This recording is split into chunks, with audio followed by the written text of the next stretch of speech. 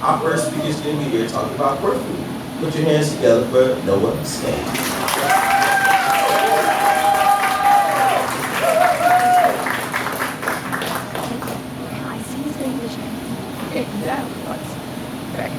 Hello, friends. Can you hear me? Yes, good, excellent. What I like. Okay. So this is a graphic from my local bank, but still somehow an A- paper. Still somehow an A- paper. The case for weird food. Yeah, trust me. So we're going through this little food sexuality nexus. Food sex nexus. Comes to us to Alaska, and we're all familiar with this. We're in our hot pieces of beach to be consumed by the male gaze. So where food metaphors are coming in out of moving, all that hot stuff. So anyway, before we start, wrap it. Take my phone. I wanted a Madonna headset, but they said I couldn't have it. So here we are. Before we begin, can anyone tell me what they think of queer food is? Here's an example. That's fine. Don't worry, I'll just pack this shit. So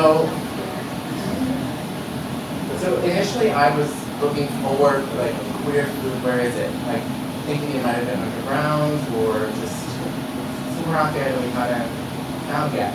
But it wasn't really queer food as much as it was queering food. So I think fish tomato, which getting out of myself.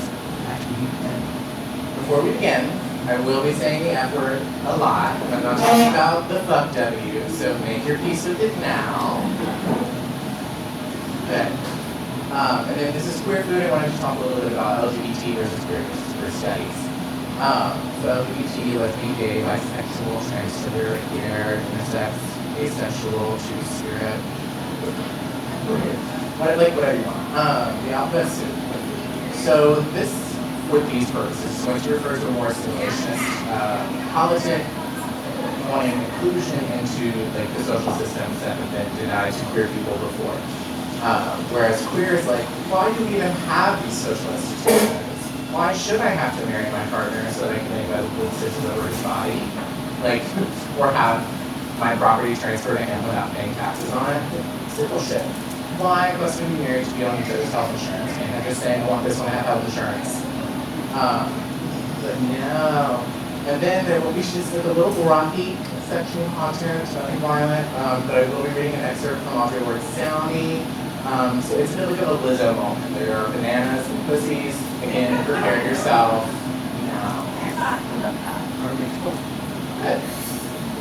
Okay, this was originally not part of the presentation, but people were sending me this article here on the left.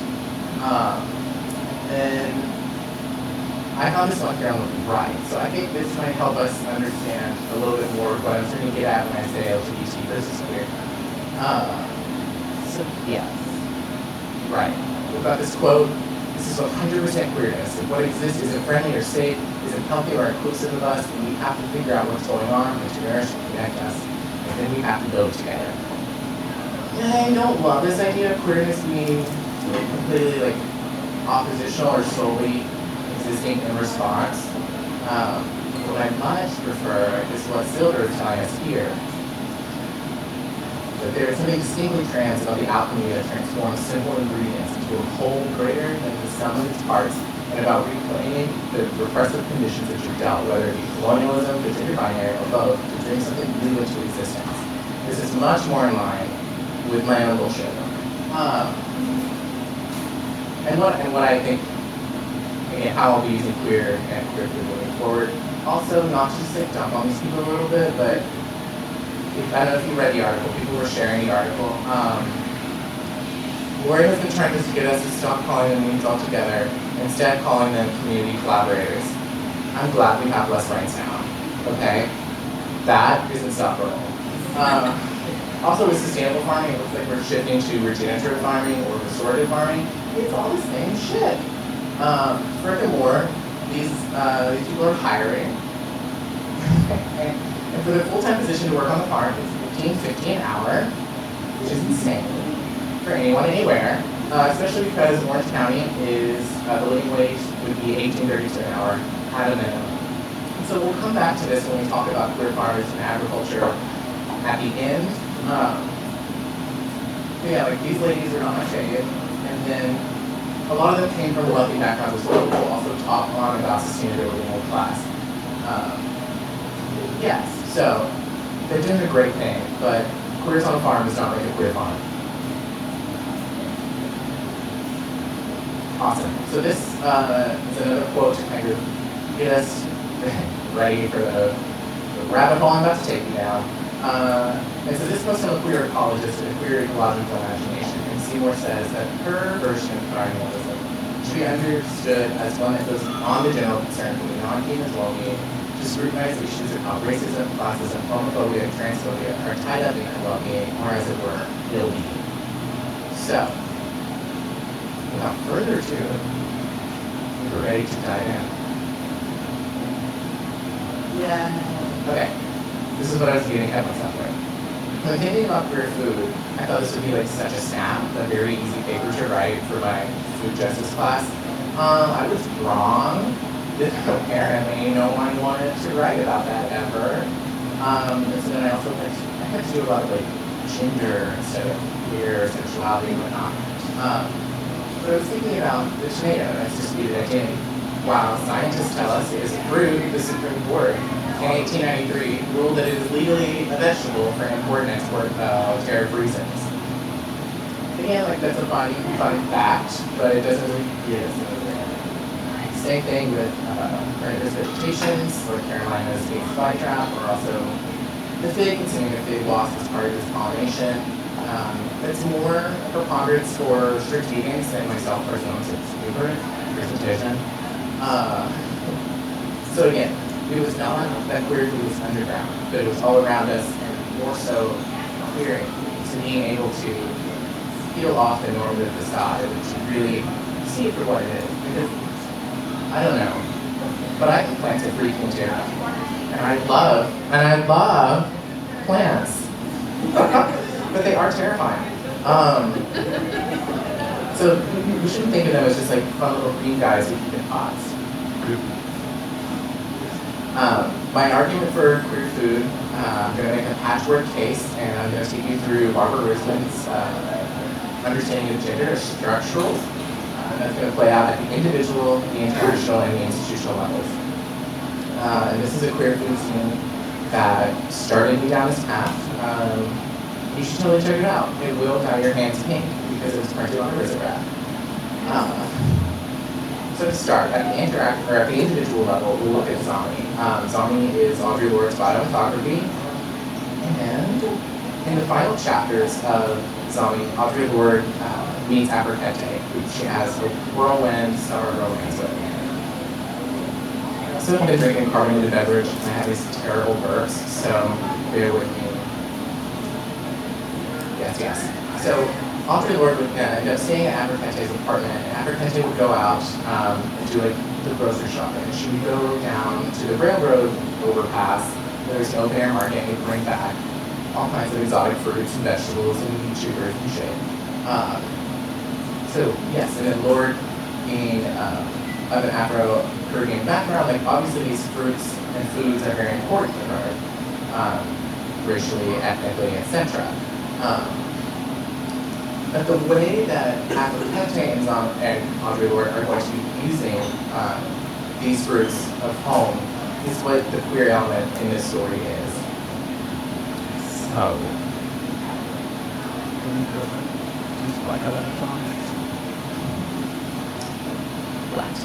so they're fucking with these fruits, as I alluded to earlier, full Lizzo moment. But Lorde says that I held you slowly, laying my tongue through your familiar forest, slowly licking and swallowing as the deep undulations and tidal motions of your strong body slowly mashed ripe banana into a beige cream that mixed with the juices into electric flesh. You guys. But also, so we have the banana of home and the desire of Abercrombie, who also represents another type of home for Audre Lorde, and they become inseparable as illustrated with the quote just read you, where the fruit and the body become one. And so bringing fruit to the bedroom is not new. Okay, didn't surprise anybody. Just making sure. But we have two lesbians here penetrating with each other with fruits, which subverts the heteronormative plane on the erect, of penetrative sex with the erect phallus, and then is causing pleasure on the side of the soft and manna. So that, in a way, is where we're seeing queerness and fluid intersect. More so beyond from the zone moment, right?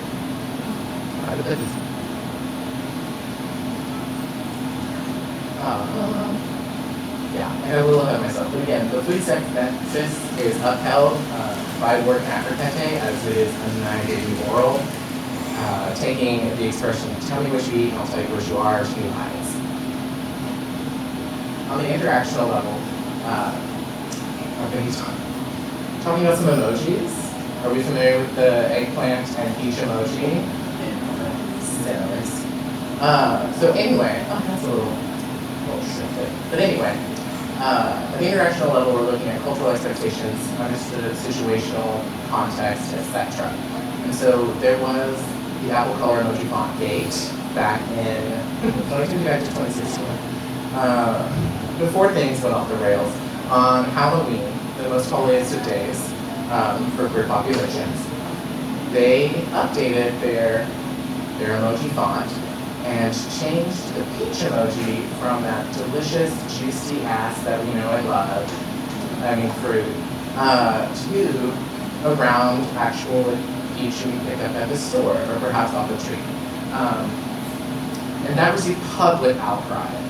So within 2 weeks, on November 15th of 2016, again, we could still have fun, they issued that update, Beta 3 of the Apple Color emoji font, and restored the peach to its perfectly perfect shade. Also, the eggplant emoji, as we know, once it was released in 2011, inspired hashtags like Eggplant Friday or just simply hashtag eggplant emoji, which was banned in 2015 by Instagram for its common association with content that violated their no nudity privacy policy. No nudity policy. So, and again, talking about these fruits and emojis is fun, and it's a fun thought exercise, but again, it's not quite doing what I want. It's not getting us exactly to that weird sweet. So then to do that, we're going to talk about men who have a vegetarian or a vegan diet, and that's going to be encapsulated under that word. And I'm going to pronounce it vague, because I want to. So, when Mary Maseko interviewed these men for her study, most of them were white and of the upper middle to upper class. They were well off. And so they were using masculinity to kind of offset this traditionally feminine, radical feminist, beating heart liberal, keto diet, right? So when confronted with that, they would push back with some other rampant acts like slaughtering, butchering, grilling, smoking. They love to smoke these days. So these acts are affirming to a man's masculinity despite taking place in the home kitchen, which is, as we all know, a woman's domain. Right. And the rampant acts often unjust and softness while we Yes.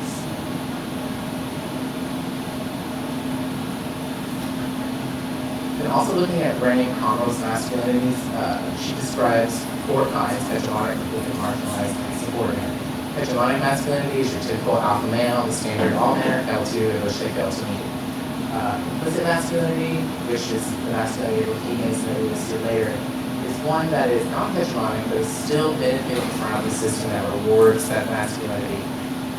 So while they're not unique, they're performing other than the acts, like driving a big old truck or belittling women. I don't know. I don't know. Turn to your left and turn to your right and ask the nearest man.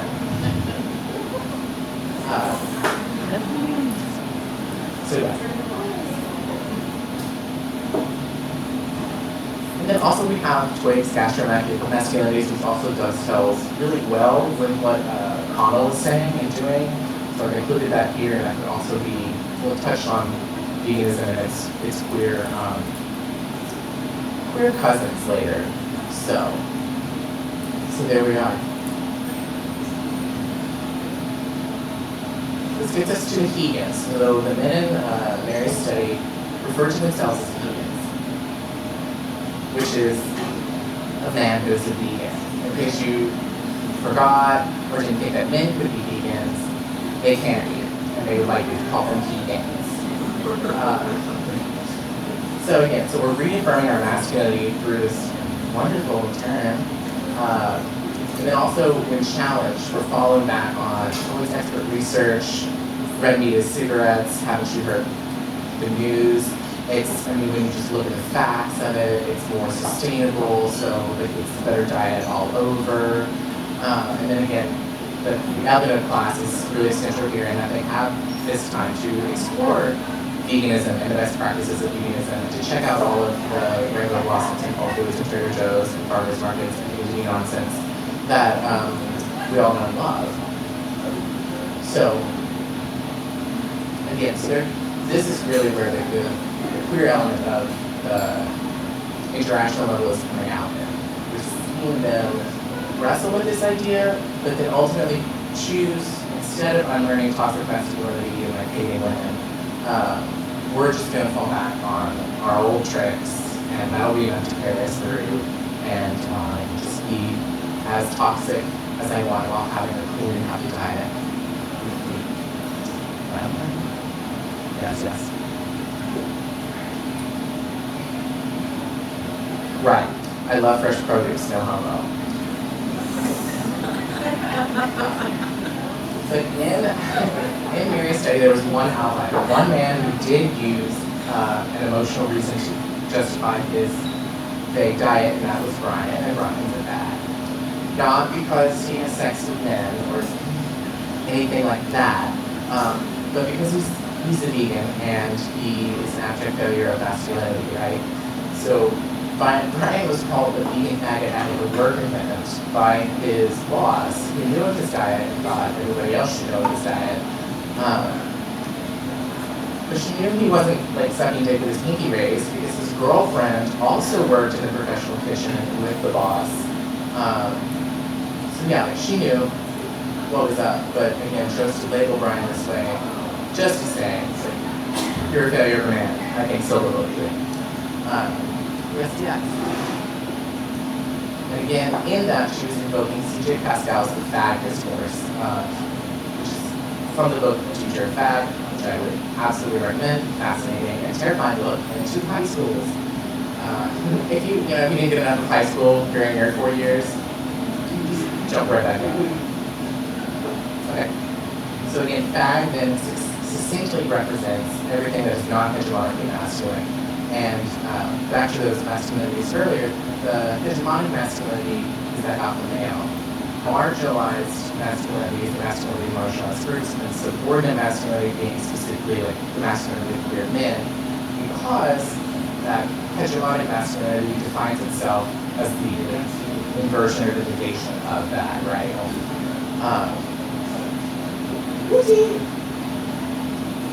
Yes, and then we have the fag identity is fluid enough to be feared all the time, but concrete enough to be recognized. And so again, if it were really about being gay, there would be a very small pool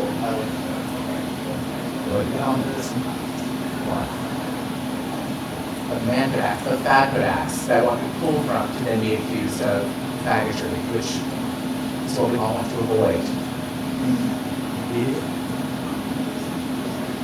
So,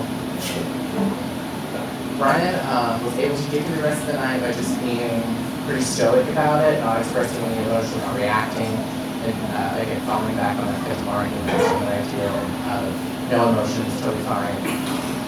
Sticks and stones, they break my bones, the words will never hurt me. So then moving into the institutional level, and talking about queerness and veganism, Simonson posits that veganism is intrinsically queer, and that queerness and veganism share shared deviation. That is the linchpin that holds these concepts together, which people fold into a queer veganism. So, which is to simultaneously problematize the privilege of heteronormativity, which at the same time is the privilege of anthronormativity, which is to say, I am a man, not an animal. Animals are filthy, dirty creatures, and I can eat them because I'm not one. I am a superior being. Yes. And then a queer veganism would refuse to reproduce this, and as such would be a threat to the industrial agricultural system as it relies on both human and other animal exploitation. And again, I love that. It was so fun to read, really cool. It doesn't really get me anywhere. But Leslie here, this is awesome. So this, Leslie was interested in why so many sustainable farms are queer-owned / why so many queer people are drawn to sustainable farming, especially when there are challenges to entering the field. The face of the American farmer is an old white man. That's it. So the fact that you have, like those articles we started with, that you have queer people, queer women of color, actively engaging in agriculture and sustainability is very, it's pretty badass because, again, it's very expensive. They can only afford very small plots, which again is part of why sustainable agriculture is so common.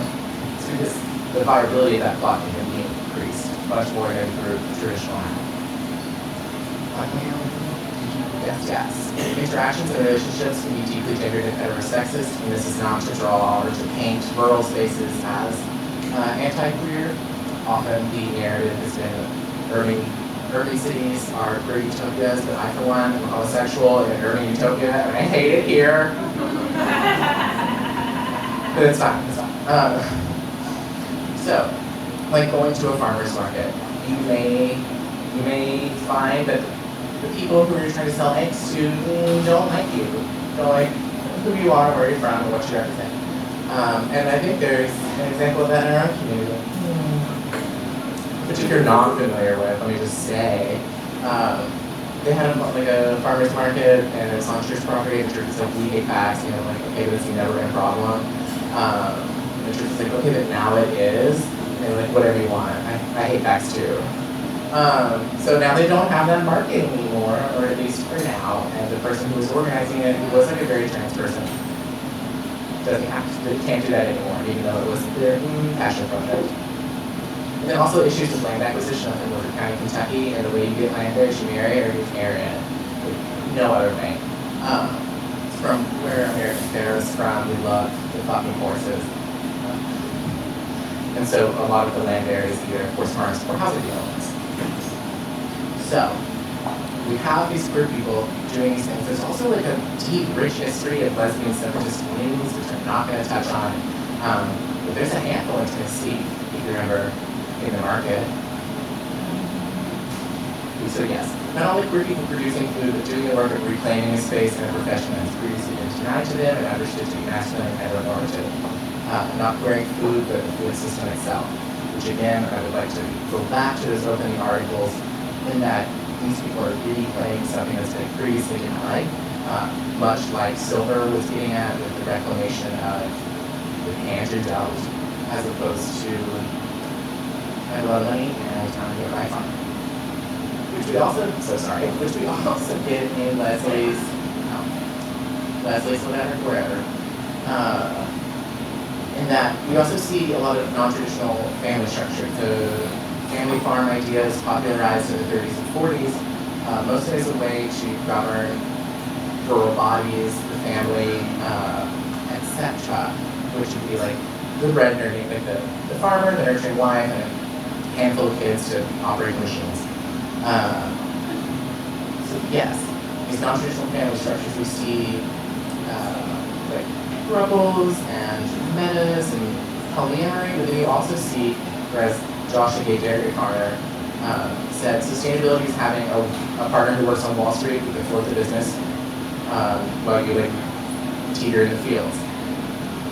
And back to those original slides, money and class is again a huge piece of this as who can access land or get those land or accessing. Wonderful. So, it's been my endeavor to create a space for queer food or the consideration of food as queer, much as people consider certain foods to be of cultural or ethnic importance. Class implications as well. I do love some Doritos on my hand Sammy. Vienna sausages on white bread. Corned beef hash right out of a fucking can. I digress. Anyway, we see that food is structural and that gender is structural, so the linking of these two concepts shouldn't be so outlandish, and therefore we can consider queerness when discussing food.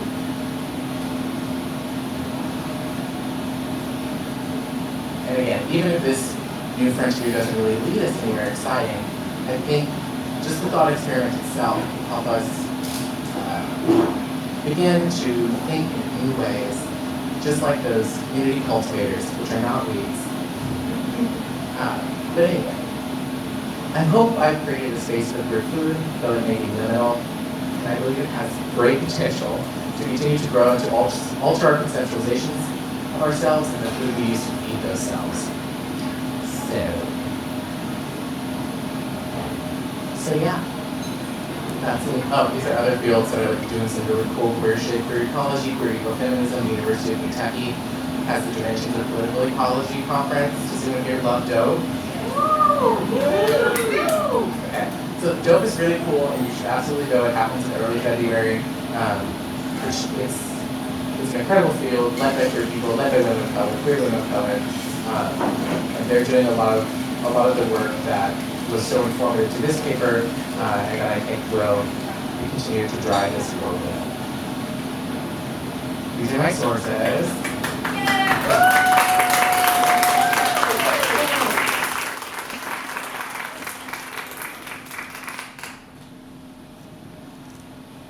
Everybody give it up for Noah Smith. For whatever reason, I'm really loud on the mic, and Noah was not, but it's okay. Do we all have questions? Hands if you have questions. With studies, Jody in the back. Thank you. What I'd ask is, like, what do you think for queer spaces in Kentucky, queer spaces in Louisville, what do you think that is the potential next step for queer farming, queer agriculture, or just like queer public spaces that would be used in a community?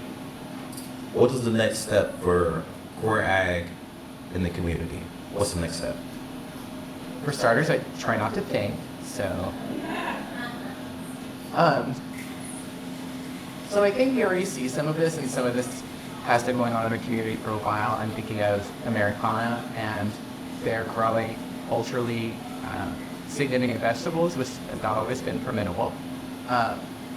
And so, like, eating those aren't your cash meals. That's not going to be something you can turn a profit on if you're doing that. You're doing it for the good of the community.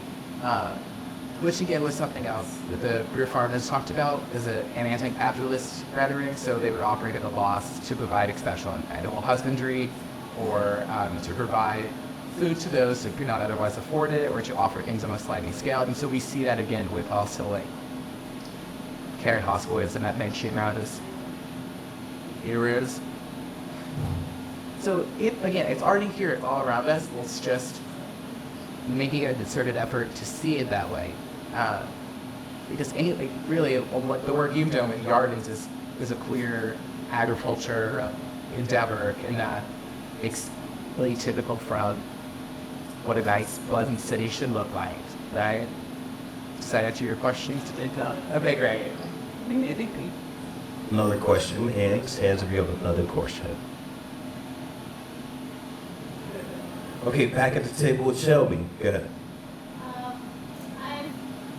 We've seen on TikTok a lot of portrays of land moving anthropology, people, trinity cults.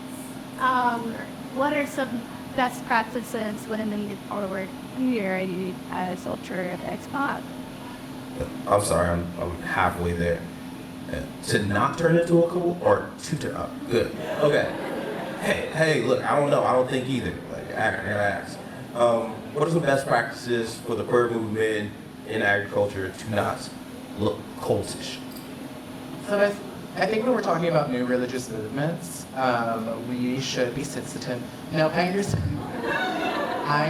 hear that. And again, with like the lesbian separatist communities, and just any kind of queer separatist community, things can go awry. Things get weird on islands. Like that's evolutionarily a fact. Small things get bigger, big things get smaller. Cultures just do whatever the fuck they want. And so when you are isolating yourself in a way like that, I do think it kind of its own mapping. So I wouldn't advocate for a full-on separatist community, at least not yet. But if your neighbors wanted to take over a community guard, I don't think that's so bad. You think that's other thing? I seen another hand in the back. Marissa? Mariah, sorry. I love you. My bad.